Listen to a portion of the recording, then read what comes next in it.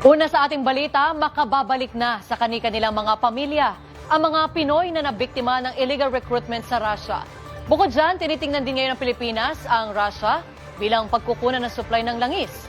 Lahat ng ito, bahagi ng pulong ni Pangulong Ferdinand Marcos Jr. at Russian President Vladimir Putin. Nakatutok si Harley Valbuena. Sa pagbisita ni President Ferdinand R. Marcos Jr. sa Russia, bitbit niya pag-uwi ang magandang balita.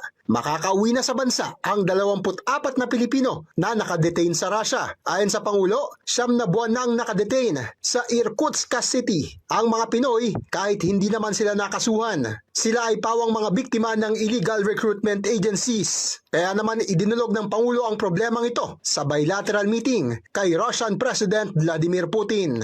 Last thing he said last night after we were talking about it is he said, "Don't worry, we will find a way. We will find a way to fix this problem." And now the 24 Filipinos will be released. So those 24 will be going home back to the Philippines and back to their families. Ang mga Pilipino ay nakatakda ng ipa-deport pabalik ng Pilipinas. Gagamitin ding oportunidad ng Pilipinas ang napagtibay na relasyon sa Russia para maging isa na rin itong regular na pinagkukunan ng langis ng bansa.